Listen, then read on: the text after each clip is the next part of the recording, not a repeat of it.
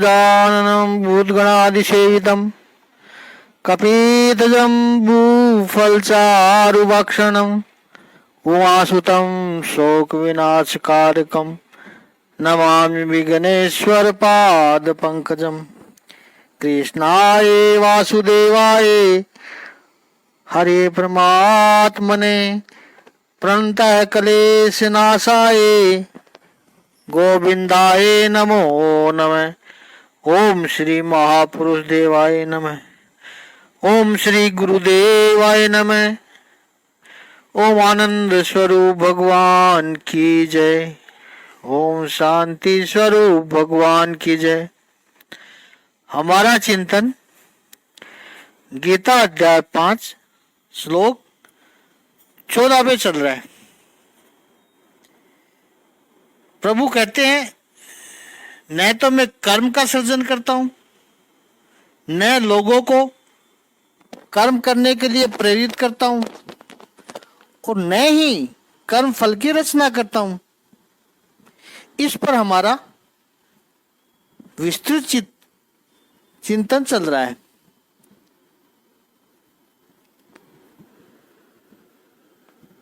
जो भी कुछ होता है, क्रिया, कर्म, कर्म फल और कर्म फल का संयोग, ये सारा अब मैं नहीं करता। ये प्रकृति का नियम है, अपने आप होता रहता है। अब देखिए, संसार का भी जो आप परसेप्शन करते हो, वो भी मैं नहीं कर रहा हूं। प्रभु कह रहे हैं वो भी तू कर रहा है। सृष्टि मैंने बनाई, लेकिन मैं करता नहीं हूं। इसमें आगे जो चल रहा है वो जीवात्मा तू कर रहा है। एक दृष्टांत से इस सिद्धांत को हमने समझा। रस्सी पड़ी है, अंधेरा है, और उस रास्ते से जो जा रहा है उनमें कुछ लोगों को वो सर्प दिखाई देगा, कुछ लोगों को लगता है कि डंडा पड़ा हुआ है, कोई पेड़ की टहनी पड़ी हुई है, ऐसा प्रतीत होगा। अब देखिए, ये सर्प, डंडा, ऐसा तो कुछ नहीं है, लेकिन लोगों को दिखाई पड़ रहा है।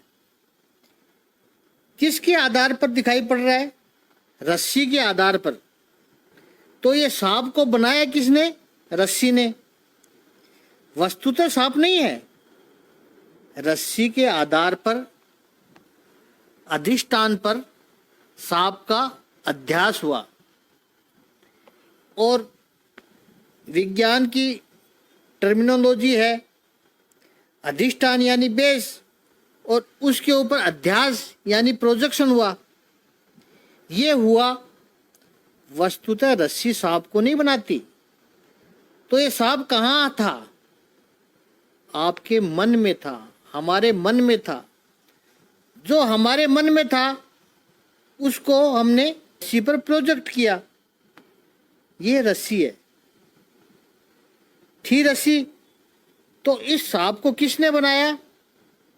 हमने बनाया। हमारे अज्ञान ने बनाया, हमारी अविद्या ने बनाया, हमारे परसेप्शन ने बनाया। ठीक इसी तरह भगवान कहते हैं कि मैंने तो ये विशुद्ध अस्तित्व निर्माण करके रखा है। अब ये संसार अच्छा है, बुरा है, सुख देने वाला है, दुख देने वाला है, कैसा है, ये जीवात्मा वो तेरा प्रोजेक्शन है, तेरी जैसी मनोस्थिति है, वैसे तू संसार को देख रहा है। इसीलिए भगवान कहता है, मैंने सृजन नहीं किया, मैं करता नहीं हूं। इसलिए एब्सोल्यूट एग्जिस्टेंस है वो एक बात है, और परसीव्ड यूनिवर्स वो दूसरी बात है। यानी विराट अस्तित्व है एक बात है, और तथाकथित ब्रह्मांड जिसको हम मानते हैं, मन गढ़ंत ब्रह्मांड, वो दूसरी बात है। तेरे मन में जो ब्रह्मांड है वो मैंने नहीं बनाया है, वैसा ब्रह्मांड मैंने नहीं बनाया, वो तू अपने आप बना रहा है या बनाया है, और तूने तेरी धारणा के अनुसार बनाया है। और उस विश्व ब्रह्मांड में जो हो रहा है उसका मैं करता नहीं हूँ, मैं फलदाता नहीं हूँ, मैं रिस्पॉन्सिबल नहीं हूँ। और ये मान के चलो कि हमारे जीवन में जो भी प्रवृत्तियां चलती है वो हम मायावश होकर के प्रोजेक्टेड इल्यूजन से ही हो रही है, भ्रम से ही हो रही है, यूं मान लो। रियलिटी तो इसको कह नहीं सकते, तो उसमें हम भगवान को जिम्मेदार कैसे बना सकते हैं? तो इसलिए भगवान ने कहा न कृतित्वम न कर्माणि लोकस्य सृजति प्रभु। न कर्म फल संयोग है, संयोगम। भगवान कहते हैं ये तो आपका अपना मामला है, स्वभाव वस्तु प्रवर्तते। वेदांत का बड़ा सुंदर सिद्धांत इस श्लोक में आया। अब 15वें श्लोक में जाएं उससे पहले एक अंतिम प्रश्न, जैसे ये मृतदेह के बारे में था, उससे कई लोगों को समाधान मिला। प्रश्न ये होता है कि यदि परमात्मा कुछ करता नहीं है, ये चलो बात समझ में आ गई, वेदांत के सिद्धांत के अनुसार लॉजिकली रेशनली समझ में आ गई, तो फिर संसार में हम जो भगवान की पूजा करते हैं, अच्छा कुछ जीवन में हो जाए तो हम प्रभु का धन्यवाद करते हैं, हमसे कोई भूल हो जाए तो ईश्वर के पास जाकर क्षमा याचना करते हैं, हमारी कोई अभिलाषा हो तो उस इच्छा की पूर्ति के लिए परमात्मा से प्रार्थना करते हैं, विनती करते हैं कि प्रभु हम तो पुरुषार्थ करेंगे, लेकिन आपका आशीर्वाद भी इस हमारे पुरुषार्थ के साथ होना चाहिए, तभी हमें सफलता मिलेगी। यदि ईश्वर कुछ करता नहीं है तो फिर ये सब कर्मकांड किस लिए? प्रश्न होगा कि फिर ये सब क्यों कर रहा है, कौन कर रहा है? क्योंकि ईश्वर ने तो हाथ ऊपर कर दिए कि मैं तो कुछ नहीं करता, तू जो करता है वो होता है, तेरा पुरुषार्थ है, तेरी इच्छा है, तेरी शक्ति है और तेरा फल है, और वो फल अपने समय पर आकर तुझे मिलता है। यदि सब सिस्टम ऑटो पायलट है तो हम इस तत्व को इतना महत्व देते क्यों है? अब तो कोई कारण ही नहीं रहा। याद रखना है, पूजा अवश्य करनी है। मैं करता हूँ, ये गीता का ज्ञान भी लिखता हूँ और पूजा भी करता हूँ, और कभी कभी ईश्वर के चरणों में बैठकर आंख से अश्रु भी बहते हैं। ये होना चाहिए। क्यों? इसका कारण है, एक तो महापुरुष कहते हैं, और वेदांत की दृष्टि से जो स्पष्टीकरण किया गया है वो शुद्ध परमार्थिक दृष्टि है। परमार्थिक का अर्थ दूसरे का भला करना, वो परमार्थ नहीं है। यहाँ पर परमार्थिक का अर्थ है परम अर्थ, the supreme meaning, absolute clarity about the existence, यानी अस्तित्व के बारे में पूर्ण स्पष्टता। मैं या आप, सृष्टि के लोग हमेशा के लिए उस परमार्थिक सुप्रीम मीनिंग का जो लेयर है, पढ़ते हैं, सुप्रीम रियलिटी का जो पर्थ है, लेयर है, उस पर ऑपरेट नहीं करते।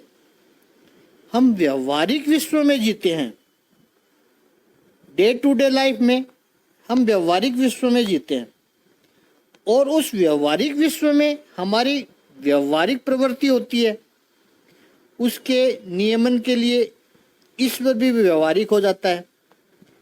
तो ये जो सारा कर्मकांड है, हमारी उपासना पद्धति है, व्रत, नियम, जप, दान, तीर्थ यात्रा, सत्संग, स्वाध्याय, ये जो भी हम करते हैं तो उस व्यवहारिक ईश्वर के को प्रसन्न करने के लिए करते हैं और उस व्यवहारिक ईश्वर से ऊर्जा पाकर के परम स्तर पर हम जा सकें, इसलिए करना चाहिए।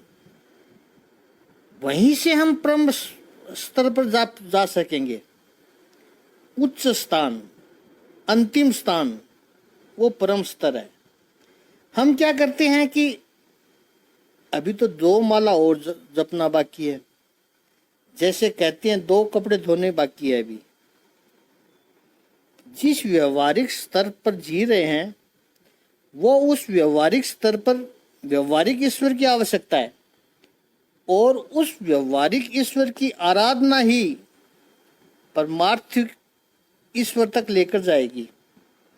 और वहां पर जब गए फिर तो आप अपना रास्ता खुद तय करोगे, क्योंकि आप स्वयं परमात्मा हो गए। अब आपको किसी के मार्गदर्शन की आवश्यकता नहीं होगी, लेकिन वो प्रामाणिकता से हो, भटकना नहीं है। जन्म जन्मांतर का बंधन कटने वाला है। इस भगवान ने इस संसार को दुखालय कहा है, आगे आएगा उस पर भी हम चिंतन करेंगे। दुखालय शरीर, इस दुखालय संसार से सदा के लिए मुक्ति मिलने वाली है अगर आपने उस स्थिति में पहुंचने से पहले पूजा पाठ, स्वाध्याय जो भी कुछ करते हैं वो बंद कर दिया, तो नुकसान किसी और को नहीं होगा, नुकसान आपको ही होगा।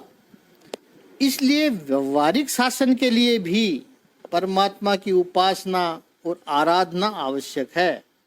यह स्पष्टीकरण करके वो परमार्थिक स्थिति कैसी है, वो सुप्रीम रियलिटी है, वो स्थिति कैसी है, उसका वर्णन प्रभु अगले श्लोक में करते हैं। उस श्लोक पर जाएं तो 5वें अध्याय का 15वां श्लोक का शाब्दिक अर्थ है कि परमेश्वर न तो किसी के पापों को ग्रहण करता है और न ही पुण्य को ग्रहण करता है, किंतु सारे देहधारी उस अज्ञान के कारण मोहग्रस्त रहते हैं जो उनके वास्तविक ज्ञान को आच्छादित किए रहता है, ढके हुए रखता है। नादते कस्यचित पापम न चैव सुकृतम विभु अज्ञाने नावृतम तेन मुह्यन्ति जंतुवः। विभु, हम क्लासरूम की तरह ये भगवत गीता का अध्ययन कर रहे हैं। 14वें श्लोक में दूसरे चरण के अंत में, यानी पहली ऊपर की लाइन के अंत में शब्द है प्रभु, और अब इस 15वें श्लोक में उसी स्थान पर शब्द आया है विभु। यानी 14वें श्लोक में जिसको प्रभु कहा गया उसी को 15वें श्लोक में विभु कहा गया है। लेकिन प्रभु का अर्थ जो हमने किया, जो अच्छी तरह से बनाता है और स्वयं बनता है, वो प्रभु है, ये हमने अर्थ किया। और विभु अब यहाँ पर आया है। विभु, विभु कौन है? विभु जो सर्वव्यापी है। तो ये प्रभु और विभु दोनों मिलकर के परम तत्व को संपूर्ण रूप से वर्णन करने की दिशा में प्रयास हो रहा है। प्रभु भी है, विभु भी है, बना है, वो बनाया है उसने, और बन करके दूर हट गया ऐसा भी नहीं, व्यापक करके रहा है। और इसलिए जो वेदांत की मर्यादा थी, बना है वो उपादान कारण, यानी मिट्टी बनाया है जिसने, निमित्त कारण यानी कुम्हार, लेकिन वो दृष्टांत वहीं पर अधूरा पड़ जाता है। क्यों? क्योंकि उपादान कारण में से जब कार्य हो गया, घड़ा बन गया, फिर निमित्त कारण भी निमित्त कारण की आवश्यकता नहीं रही। फिर जब कुम्हार जिए मरे, वहाँ रहे न रहे, लेकिन ये जो क्रिएशन उसने किया, सृजन किया उसने, वो जो कार्य हुआ घड़े का, वो घड़ा अपना कार्य करता रहेगा चाहे कुम्हार कहीं भी रहे। और दूसरा कार्य नष्ट हो जाए, घड़ा फूट गया यानी कार्य, यानी घड़ा बनाया कुम्हार ने, वो कार्य हो गया, तो घड़ा, तो कुम्हार को कोई फर्क नहीं पड़ेगा, कुम्हार वैसे का वैसा रहेगा। तो निमित्त कारण और कार्य एक दूसरे से अलग है, लेकिन उपादान कारण और कार्य जुड़े हुए हैं। घड़ा फूट गया तो मिट्टी तो वही रहती है, मिट्टी को आप अलग नहीं कर सकते हैं कार्य से। उपादान कारण को कार्य से अलग नहीं कर सकते हैं।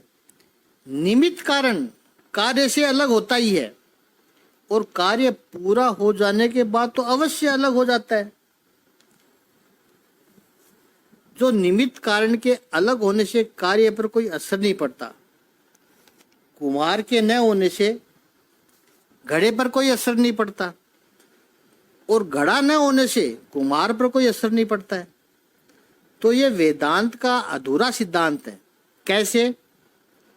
जैसे भगवान ने सृष्टि बनाई, तो फिर भगवान नहीं होगा तो क्या सृष्टि पर कोई फर्क नहीं पड़ेगा?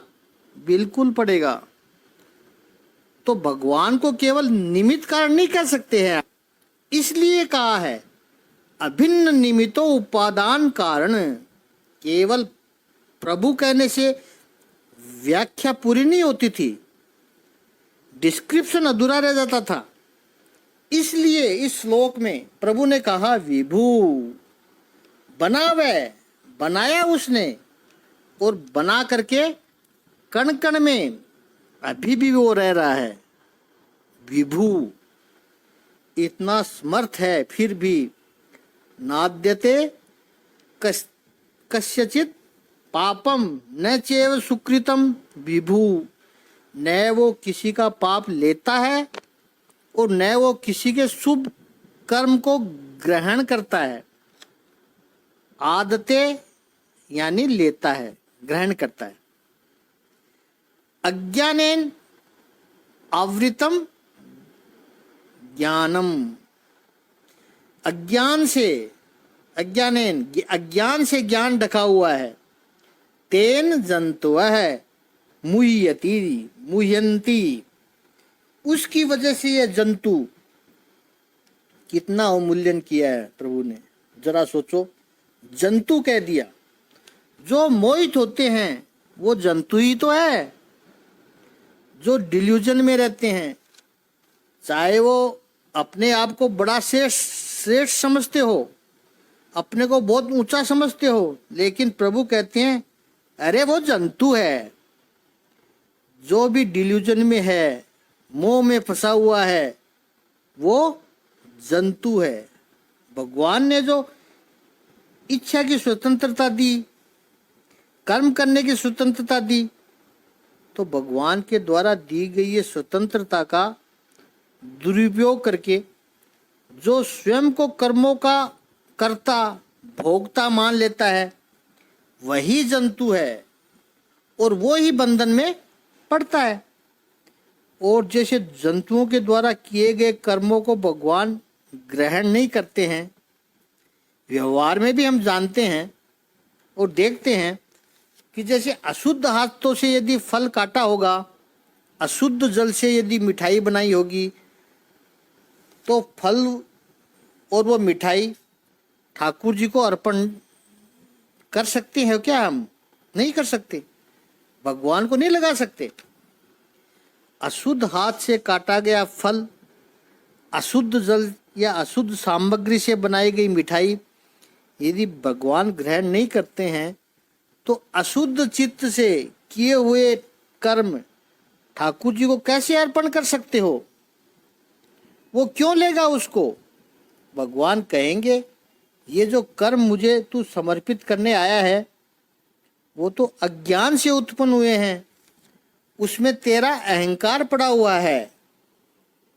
कर्म रूपी प्रसाद, कर्म रूपी प्रसाद के ऊपर अगर तुलसी पड़ी हो तो मैं स्वीकार करूं, लेकिन उसके ऊपर तो 1 फीट का लंबा काला केसर पड़ा हुआ है,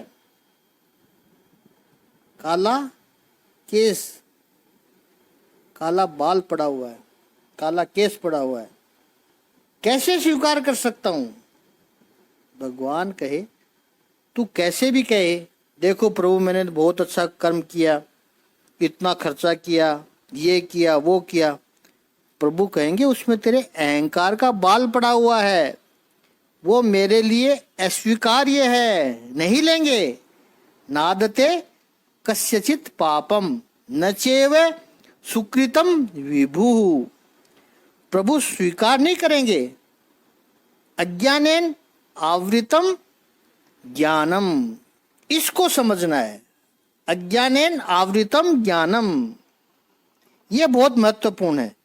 ये ज्ञान और अज्ञान दो शब्द जब साथ में आए तो हम क्या कहते हैं, क्या समझते हैं?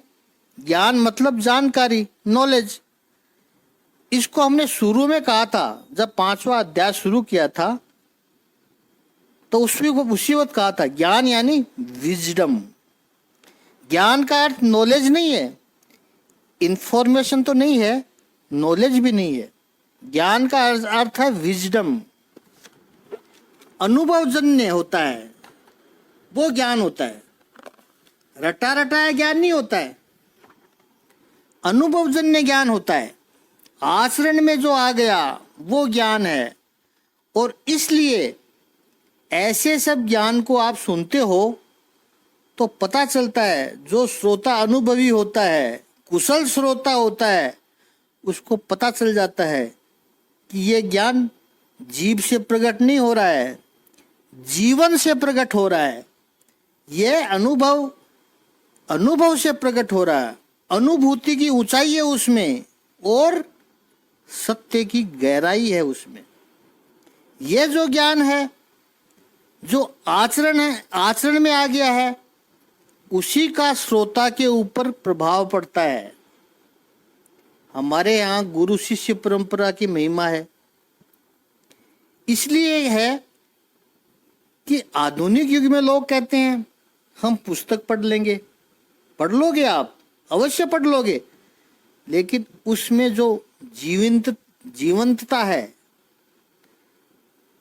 वो नहीं आएगी। प्लेटो ने कहा था लेटर्स आर डेड, अक्सर बातें बहुत ऊंची ऊंची करेंगे लेकिन अक्सर स्वयं, हमारे यहाँ तो अक्सर ब्रह्म का है, लेकिन प्लेटो ने कहा वो भी गलत नहीं था। गुरु जब ज्ञान देता है वो बहुत कारगर हो जाता है।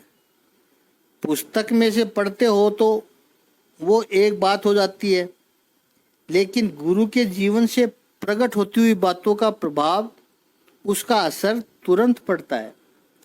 इसलिए गुरु की महिमा है। ज्ञान यानी विजडम। और अज्ञान का अर्थ हम क्या समझते हैं? जो भी हमें व्याकरण का अभ्यास है वो हमें समझाता है कि किसी भी शब्द के पहले ए आए तो वो नकारात्मक है, ए यानी नेगेटिव। तो जो हम समझते हैं वो ज्ञान है और जो ज्ञान नहीं है वो अज्ञान है। अज्ञानेन वृतम ज्ञानम तेन मुयंती जंतुव है। तो जो ज्ञान नहीं है उस अज्ञान से ज्ञान ढका हुआ है। तो ये कैसे होगा? तो संसार के इस रहस्य को समझे। संसार टिका हुआ है सत्य के ऊपर, लेकिन छोटा सा असत्य सत्य को ढक देता है। ये संसार का स्वभाव है, मनुष्य का स्वभाव है। इसलिए ईशावासी उपनिषद के ऋषियों ने कहा, उनको कहना पड़ा स्वर्णमय पात्र से सत्य का मुख ढका हुआ है। उस हिरणमय पात्र को यानी स्वर्णमय पात्र को खोलो ताकि सत्य धर्माय दृष्टते, सत्य धर्म को देख सके। ये संसार का रहस्य है। असत्य सत्य को ढक देता है। संसार का अस्तित्व है। संसार का जो सत्य है वो जीवन है, लाइफ है। लेकिन एक क्षण की मृत्यु पूरे जीवन को विचलित करके रख देती है। मृत्यु कितनी है? जिसको हम कहते हैं मृत्यु हुई, 1 सेकंड से भी कम, और जीवन 100 साल का है। और उसके बाद भी नवसृजन है, दूसरा जीवन आने वाला है। एक जीवन, दूसरा जीवन, इन दोनों के जीवन के बीच में एक टेम्परेरी फ्लीटिंग मोमेंट जिसको हम कहते हैं मृत्यु। लेकिन उस फ्लीटिंग मोमेंट को, उसका भय कितना बड़ा है। उस फ्लीटिंग मोमेंट की वास्तविकता इतने अनंत एविक्शन जीवन को टर्ब्यूलेंट कर देती है। ये जीवन का रहस्य है। ठीक ऐसे ही कोई पूछे असत्य सत्य को ढकेगा, अज्ञान ज्ञान को ढकेगा। हाँ, ऐसा ही प्रभु कह रहे हैं। जैसे हिमालय आपके सामने खड़ा है और एक छोटी सी अंगुली अपनी आंखों के सामने कर दो तो वो हिमालय को ढक देगी। आंखों में गिरा हुआ तिनका कचरा पूरी सृष्टि को ढक देता है। अब इस उंगली की क्या हैसियत है, लेकिन इतनी सी उंगली हिमालय को ढक देती है। सूर्य कितना प्रभावी तेजस्वी है और एक छोटी सी बदली सूर्य को ढक देती है। ये क्यों होता है? शास्त्रकारों ने कहा उसका कारण एक ही है कि बदली में कोई ताकत नहीं है वो सूर्य को ढक दे। उंगली में कोई ताकत नहीं है कि हिमालय को ढक सके। इसका कारण मात्र एक है, हिमालय दूर है, उंगली समीप है। सूर्य दूर है, बदली समीप है। दृश्य दूर है, कचरा समीप है। ठीक इसी तरह ज्ञान दूर है और अज्ञान को अपने अपना हिस्सा मान लिया है, अपना मान लिया है, अपना समझ लिया है। ज्ञान को परम तत्व दूर दिखाई पड़ता है क्योंकि माया को हमने अपना मान लिया है। जीवन दूर दिखाई पड़ता है क्योंकि मृत्यु को हमने अपना मान लिया है। मेरी मृत्यु हो जाएगी। ये आइडेंटिफिकेशन ही गलत है। सच तो ये है कि हमें कहना चाहिए कि मेरा जीवन तो हमेशा चल रहा है, मेरी आत्मा अजर है, अमर है, नित्य है, शाश्वत है, सनातन है, मेरा जीवन चल रहा है। शरीर की मृत्यु हो जाएगी, मैं दूसरा शरीर ले लूँगा, ऐसा बोलना चाहिए। ऐसे बोलने वाले लोगों को केवल कुछ समय के लिए ही सुना जा सकता है। शरीर की मृत्यु हुई है, हम तो हमेशा से हैं, ये ज्ञान है। ज्ञान नहीं है, वो अज्ञान है। ऐसा नहीं है कि ज्ञान नहीं है, वो अज्ञान है। फिर अज्ञान क्या हुआ? इसका अर्थ यह भी है कि सभी आत्मा है। इस संसार में पूर्ण रूप से अज्ञानी तो कोई हो ही नहीं सकता है। हम जिसको अल्प बुद्धि समझते हैं, हम जिसको मूर्ख समझते हैं, उसमें भी बुद्धि है। संसार की ये वास्तविकता है कि पूर्ण अज्ञानी कोई हो ही नहीं सकता है। ज्ञान न होना वो अज्ञान नहीं है।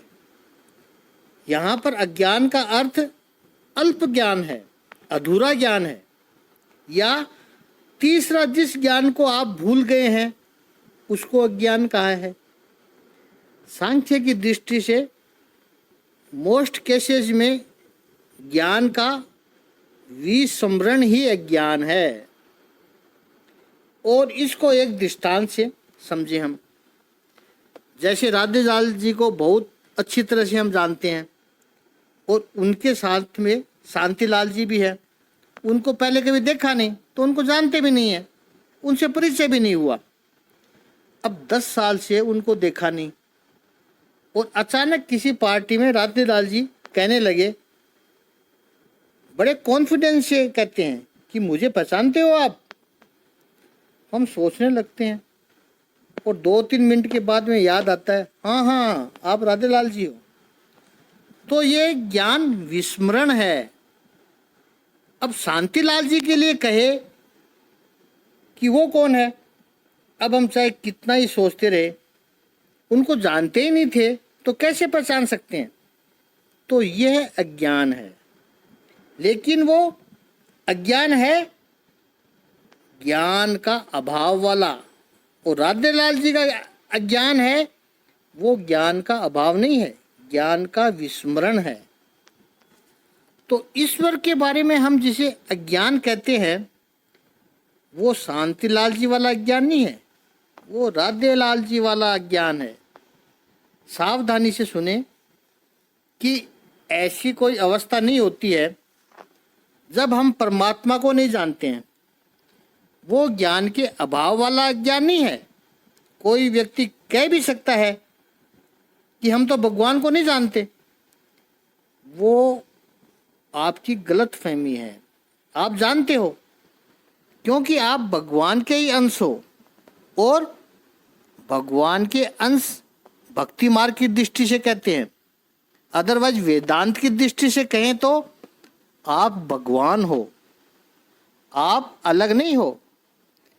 ज्ञानी कबीर कभी बनारस की गलियों में बुनते थे कपड़े, घर पर राम नाम का स्मरण करते हुए कपड़े बुनते थे। फिर बनारस के बाजार में जब बेचने जाते थे तो कहते थे, हे राम ले लो कपड़े।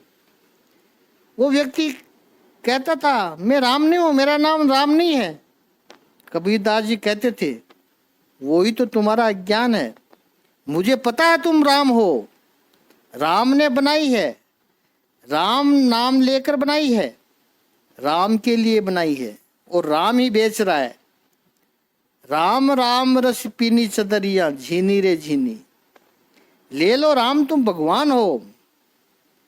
ब्रह्म सत्यम जगत मिथ्या, जीवो ब्रह्मे व नाप रहा।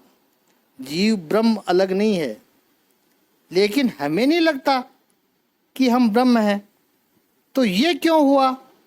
क्योंकि हम भूल गए, विस्मरण हो गया। भगवत गीता में भगवान श्री कृष्ण इस श्लोक में कह रहे हैं, अज्ञानेन आवृतम ज्ञानम। ये विस्मरण वाला अज्ञान है। इस श्लोक पर आगे का चिंतन कल करेंगे।